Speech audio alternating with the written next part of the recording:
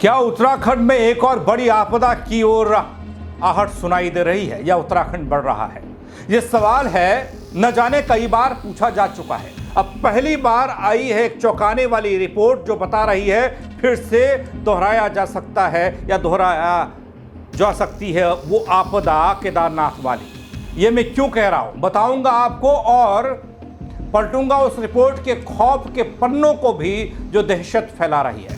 नमस्कार, पहलाग में पंकज रौतेला, आप देख रहे हैं उत्तराखंड न्यूज। दोस्तों, क्या उत्तराखंड एक और बड़ी आपदा की ओर बढ़ रहा है? यह सवाल पहले आशंका लगता था, लेकिन अब नहीं लगता। आईआईटी रुड़की की ताजा रिपोर्ट के बाद एक कड़वी सच्चाई की तरह यह सामने आकर खड़ा हो गया है सवाल। राज्य में पहली बार किए गए जिला वार भूकंप और भूस्खलन अध्ययन में जो तथ्य सामने आए हैं, उन्होंने सरकार, प्रशासन और जनता सभी को झकझोरने का काम किया है। दगड़ियों, खबर बेहद संवेदनशील है, इसलिए वीडियो में अंत तक मेरा साथ दीजिएगा ताकि कोई भी जानकारी छूटे ना।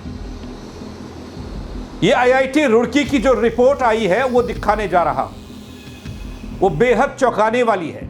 दगड़ियों, ये रिपोर्ट साफ करती है बल उत्तराखंड का रुद्रप्रयाग जिला सबसे ज्यादा खतरे में है, और उसके बाद आता है पिथौरागढ़, चमोली और उत्तरकाशी।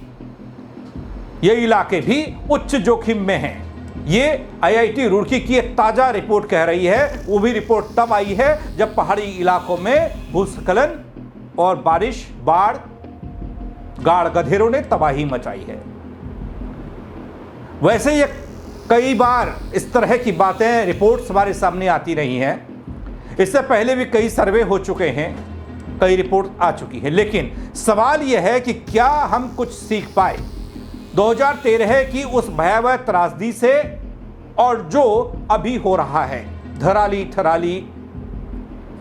शायद नहीं, क्योंकि हालात बताते हैं हम सिर्फ कागजों में तैयार हुए हैं, जमीनी हकीकत कहीं और ही ले जा रही है। दोस्तों, आईआईटी रुड़की के भूवैज्ञानिकों ने पीक ग्राउंड एक्सेलरेशन यानी कि पीजीए डेटा के आधार पर पूरे राज्य का विश्लेषण किया है। नतीजा यह निकला है कि भूकंप जनित भूस्खलन की आशंका स्थायी भूस्खलन से कई गुना ज्यादा है। इसके बारे में बताऊंगा आपको। आप कहेंगे भूस्खलन अलग और भूकंप अलग। अब भूकंप जनित इलाका जो जिससे भूस्खलन होता है वो क्या होता है? एक तो बारिश से भूस्खलन होता है। एक भूस्खलन वो जब बारिश नहीं होती है, भूकंप आता है, चाहे वो छोटा सा हो या बड़ा सा हो, हल्का सा भी हो, तो ज़मीनें अपने आप खिसकने लगती हैं। अगर कहीं पर दरारें हैं, जो भूमि कमज़ोर हो गई, जो ज़मीन कमज़ोर हो गई, अगर भूकंप ने थोड़ा सा थर्राया तो वो इलाके जैसे अभी बह रहे हैं वैसे ही बह जाएंगे। हाँ, वहाँ पानी नहीं होगा, यही फ़र्क है बस। इसका मतलब ये कि अगर भूकंप आता है तो मिट्टी की नमी और ढलानों की असंतुलन स्थिति पूरे क्षेत्र को खिसका सकती है। गांव, सड़कें, पुल जाने सब कुछ। दगड़ियों, बता दूं कि विशेषज्ञों का साफ कहना है हिमालयी भूगोल, बार बार मैं भी कहता हूं, कई रिपोर्ट्स में मैंने बताया कि हिमालय एक बेल्ट है, जो बेल्ट शायद हिमाचल और उत्तराखंड के तमाम उन पहाड़ी इलाकों का, जिसमें बार बार कई वैज्ञानिकों ने अपनी रिपोर्ट में यह कहा कि बहुत नाजुक स्थिति में है। हिमालयी भूगोल, नाजुक पहाड़, पर्वतीय ढलान और मानसून के मौसम में होने वाली सबसे ज़्यादा बारिश, इसको मिलाकर आप देखेंगे तो उत्तराखंड को एक धीमे विस्फोट, स्लो डिजास्टर की ओर धकेल दिया गया है। मौसम की बात हो रही है, किसी व्यक्ति ने नहीं, सरकार ने नहीं। तो स्लो डिजास्टर जो है वो धीरे धीरे इस तरीके से नासूर बन रहा है कि एक दिन हम देखेंगे सब समतल हो जाएगा। ये रिपोर्ट बताती है कि राज्य में 2023 में 200 से ज्यादा भूस्खलन की घटनाएं दर्ज की गई। ये बड़े भूस्खलन का जिक्र कर रहा हूं, इस रिपोर्ट में है, जिनमें दर्जनों जाने गई और सैकड़ों सड़कें बंद हुई। हर साल का यही सिलसिला है, यही नज़ारा है, हम सब देखते हैं। रास्ते टूटते हैं, पहाड़ धड़क जाते हैं, जाने जाती हैं। इस बार भी गई है, और फिर हम और तमाम जो टीवी मीडिया वो सब लोग दिखाते हैं, वो खबर बन जाती है। लेकिन इस बार मामला और गंभीर है दगड़ियों, क्योंकि अब भूस्खलन की बात तो हो ही रही है, ये तो खतरा ही है। अब भूकंप यानी कि धरती जब हिलेगी, डोलेगी, तो उस वक्त क्या होगा भला? जब भूकंप की स्थिति में ये इलाके पूरी तरीके से तबाह हो सकते हैं तो पहले सतर्क होना पड़ेगा। रिपोर्ट कह रही है, मेरी रिपोर्ट नहीं है। आप कहेंगे कि आपने विश्लेषण कर दिया, गलत हो सकता है। आईआईटी रुड़की वालों ने, तमाम वैज्ञानिक ने शोध किया है, उसके बाद ये बताया है कि भैया ज़मीन तो और ज़्यादा कमज़ोर होती जा रही है। तो क्या हमें एक और केदारनाथ जैसी आपदा का सामना करना पड़ेगा? आईआईटी रुड़की की रिपोर्ट उसी खतरे की ओर इशारा कर रही है। बाकायदा इस रिपोर्ट में जिक्र भी है उसका कि 2013 में जिस तरह की स्थिति बनी वैसी स्थिति हो सकती है। इधर सरकार अलर्ट मोड पर है, लेकिन क्या सिस्टम तैयार है? वो मैकेनिज्म की बात करते हैं, आपदा प्रबंधन की बात करते हैं, वो अपग्रेडेड सिस्टम की बात करते हैं, वो सब है क्या? प्रदेश के मुख्यमंत्री पुष्कर सिंह धामी ने रिपोर्ट के बाद सभी एजेंसियों को अलर्ट रहने के निर्देश दिए हैं। राहत बचाव के लिए तत्पर रहने को कह दिया गया है। उन्होंने भरोसा दिलाया है कि आपदा की स्थिति में सरकार पूरी तरह से साथ देगी जनता का और सतर्क रहेगी। उस पर हम लोग लगातार समीक्षा कर रहे हैं और सभी को अलर्ट मोड पर रहने के लिए पहले ही कहा गया है। अभी जब तक मानसून का ये समय चल रहा है तब तक पूरी तरह से सारी मशीनरी, सारे हमारे डिपार्टमेंट, एनडीआरएफ, एसडीआरएफ सभी लोग सकते हैं। लेकिन सवाल यह है कि क्या हम सिर्फ आपदा के बाद जागते हैं? अक्सर ऐसे ही हुआ है दगड़ियों। ये सवाल मेरा नहीं है। आप देखेंगे तो पहले कोई तैयारी नहीं दिखती है पहाड़ों में या उन आपदाग्रस्त इलाकों में जहां पर आपदाएं आ सकती हैं। अभी हम बता रहे हैं, ऋषिकेश का इलाका हम दिखा रहे हैं जहां पर घर टूटने को हैं, ज़मीन खिसक रही है। उत्तरकाशी का इलाका हम दिखा रहे हैं, पल्ला गांव का, जहां पर भूस्खलन की वजह से, जिसके नीचे से एक बहुत बड़ी परियोजना और उस परियोजना का काम चल रहा है, टनल बन रही है उसके नीचे। और ऋषिकेश में भी टनल बन रही है, ऋषिकेश कर्णप्रयाग रेल मार्ग। तो ये आने वाले समय में और ज़्यादा दिक्कतें पैदा कर सकते हैं। कब तक प्राकृतिक आपदा का बहाना लिया जाएगा मेरे को समझ नहीं आता। लोग समझना चाहते हैं कि प्राकृतिक आपदा कहते कहते कई गांव तो साफ हो चुके हैं। हर साल ये कहा जाता है प्राकृतिक आपदा थी, कुछ नहीं कर सकते थे, लेकिन इस रिपोर्ट ने बता दिया है बहाना नहीं चलने वाला है।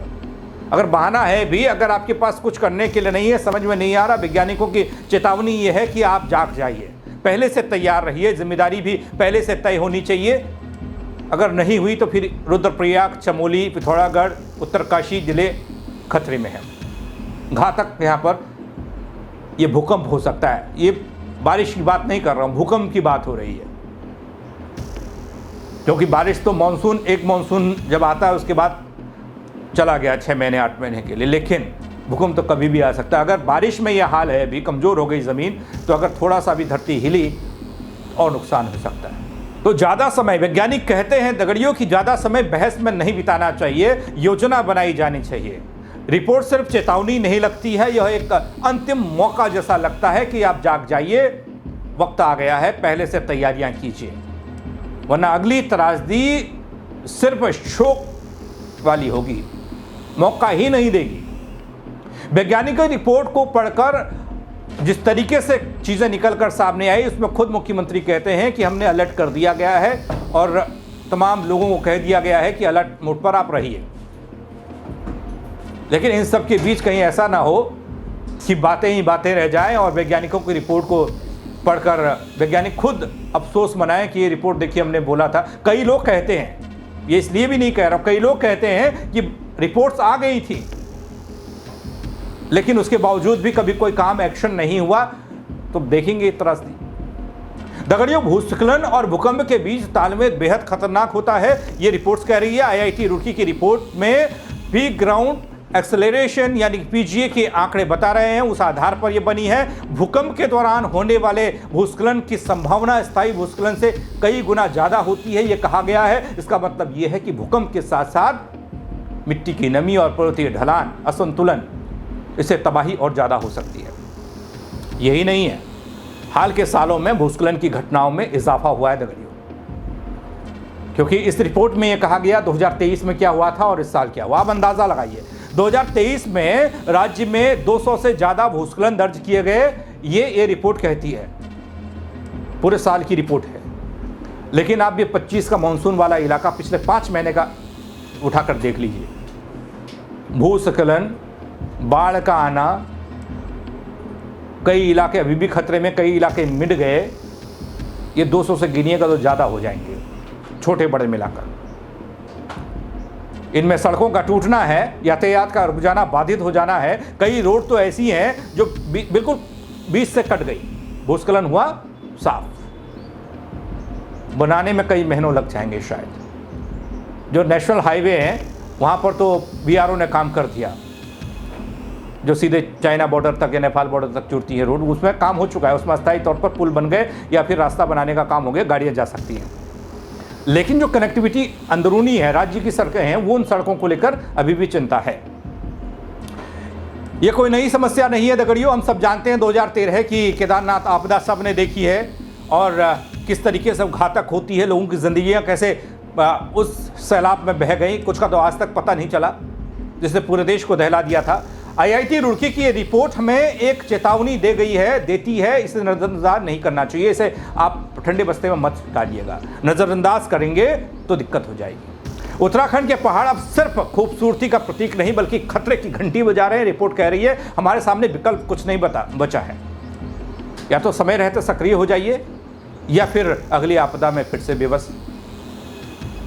समय तो है तैयारी का, इंतज़ार नहीं करना होगा, ऐसा लगता है। रिपोर्ट बार बार कह रही है केवल प्राकृतिक आपदा नहीं बल्कि हमारे मौजूदा और भविष्य की लड़ाई जो चल रही है कि कैसे उत्तराखंड के पहाड़ बचाएं, गांव बचाएं, इसके लिए भी तैयारी पहले से होना ज़रूरी है। ज़रूरी नहीं भूस्खलन हो, ज़रूरी नहीं आपदा आए, उससे पहले भी तो गांव के लिए बारे में सोचा जाना चाहिए। कनेक्टिविटी के बारे में, पानी के बारे में, बिजली के बारे में और जितनी व्यवस्थाओं के बारे में, वो चीज़ें भी होनी चाहिए, क्योंकि हर बारिश में ना सब चीज़ें खत्म हो जाती हैं, फिर से शुरू करना पड़ता है। तो उत्तराखंड की मिट्टी और पहाड़ हमारे जीवन का हिस्सा है दगड़ियों, और उन्हें बचाना सबकी जिम्मेदारी भी है। खासकर सरकार और सिस्टम की जिम्मेदारी तो बनती है, क्योंकि जनता ने अपने प्रतिनिधि चुन लिए। ये सिस्टम ही यही कहता है। हर जनता, जो लोग होते हैं ना, वो अपनी योजनाएं नहीं बना सकते हैं, यानी पूरे प्रदेश की योजनाएं नहीं बना सकते हैं, कोई फैसला नहीं ले सकते। इसलिए वो अपना विधायक चुनते हैं कि भैया हमारा नेतृत्व तो हमारा विधायक करेगा, विधायक हमारी बात रखेगा। जब विधायकों की बात आती है तो हर विधायक फैसला नहीं ले सकता, हर विधायक अपना विधायक दल का नेता चुनता, मुख्यमंत्री। तो हमारा फैसला मुख्यमंत्री लेगा। तो मुख्यमंत्री और मंत्रिमंडल, इनके पाले में गेंद है। लोगों ने तय कर दिया भैया आप जिम्मेदारी लीजिए, आप करिए, काम करना आपको है। अब आईआईटी रुड़की की इस रिपोर्ट को बुनियाद बनाकर मुख्यमंत्री पुष्कर सिंह धामी ने कह तो दिया है कि हमने निर्देश दे दिए हैं, लेकिन तैयारियां मुकम्मल नहीं लगती हैं। आपदा प्रबंधन के लोगों और उनकी जो मशीनरी है, उनका जो मैकेनिज्म है, उसमें कई खामियां अभी भी लगती हैं। आपको क्या लगता है? आप कमेंट के जरिए मुझे बता सकते हैं, क्या वाकई में जो कहा जाता है वो होता है, उस तरह की व्यवस्था हमारे पास है या नहीं। और खबर को लाइक करिएगा, शेयर ज़रूर करिएगा दोस्तों, लोगों तक पहुंचाइएगा, बताइएगा। थोड़ा सतर्क लोगों को भी रहना चाहिए। मेरे साथ जुड़ने के लिए आप सबका बहुत शुक्रिया। जय उत्तराखंड।